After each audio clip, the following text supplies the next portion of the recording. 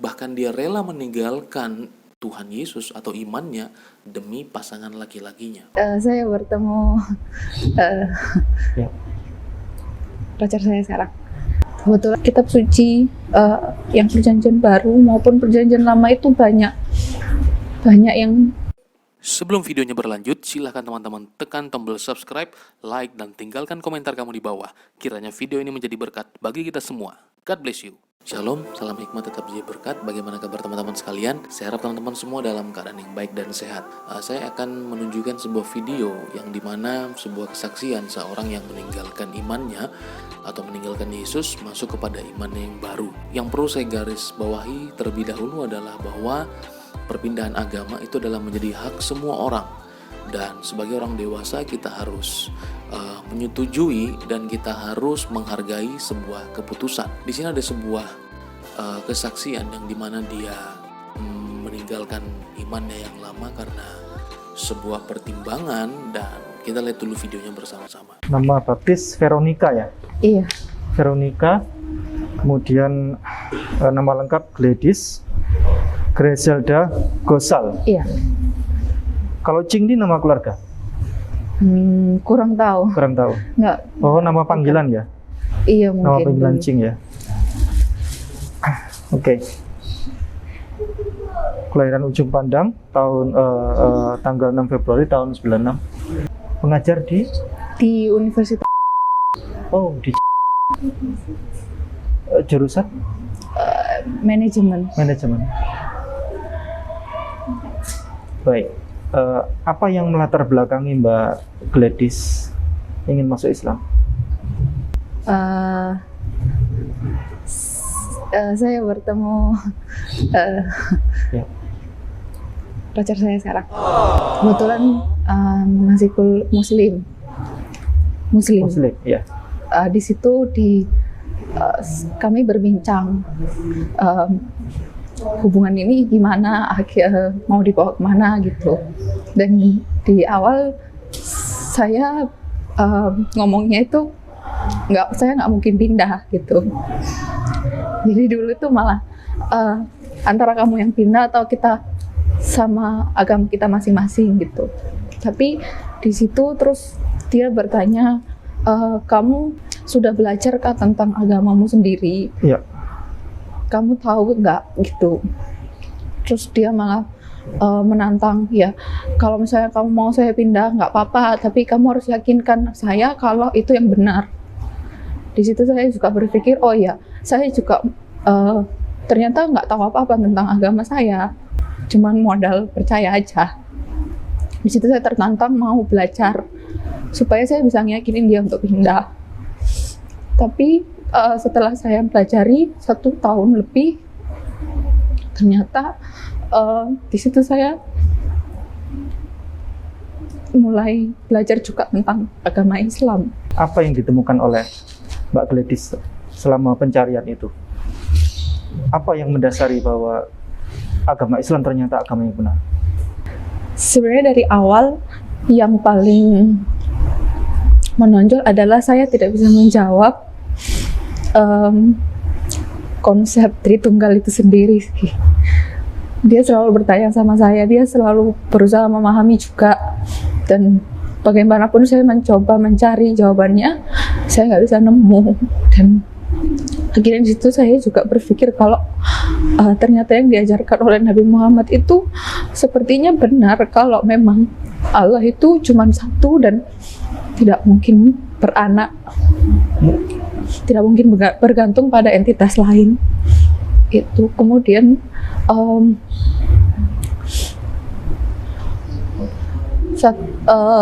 satu hal yang membuat saya yakin juga adalah setelah saya pelajari Alkitab, kitab suci yang perjanjian baru maupun perjanjian lama itu banyak yang tidak sesuai mungkin ya,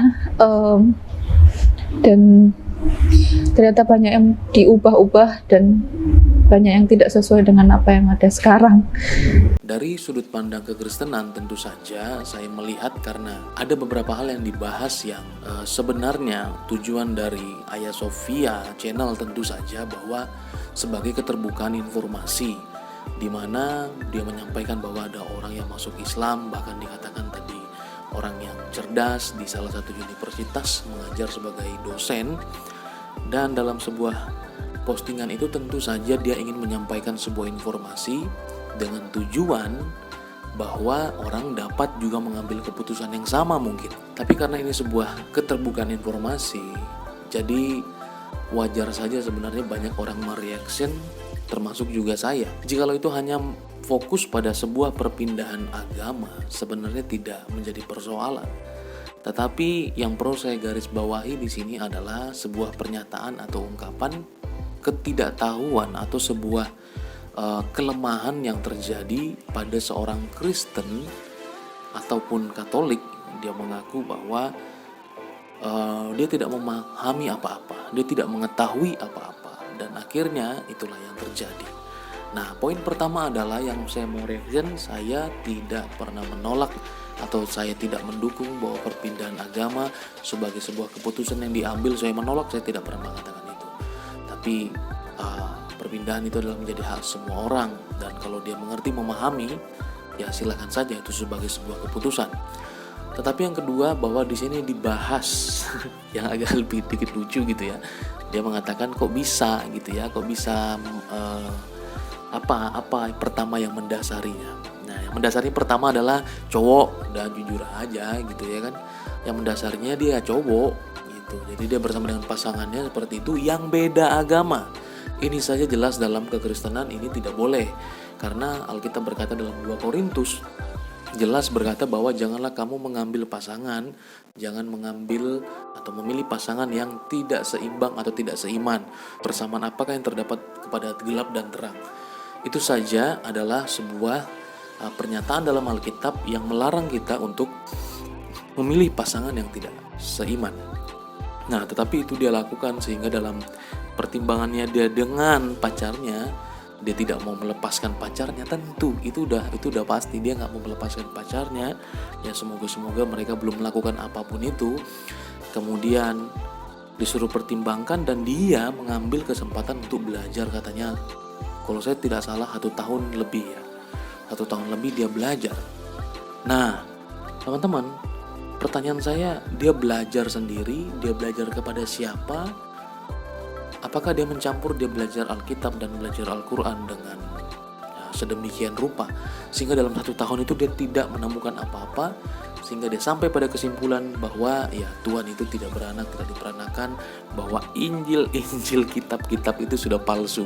Narasinya selalu sama ya, narasinya selalu sama, tentu ya pasti juga dicekoki oleh orang yang sama. Nah, maka teman-teman yang perlu kita garis bawahi dan kita menjadikan sebuah pelajaran di sini adalah bahwa ketidaktahuan, ketidakpahaman seorang Kristen ketika dia tidak memahami, tidak belajar, tidak hidup sungguh-sungguh di dalamnya. Seperti tadi yang disampaikan oleh dalam video tersebut, bahkan disampaikan dalam thumbnailnya adalah seorang yang cerdas. Kepintaran kita sebagai seorang Kristen, kecerdasan kita sebagai seorang yang beragama harus kita dasarkan pada sebuah kebenaran firman Allah, yakni Alkitab. Yunani adalah negara yang terkenal orang-orang cerdas, orang-orang jenius, orang-orang pintar. Tetapi dari Yunani juga lah banyak sekali berhala-berhala, patung-patung. Bahwa mereka begitu sangat logis, tapi berbicara Tuhan, mereka mendadak tidak logis dan percaya kepada hal-hal yang halu.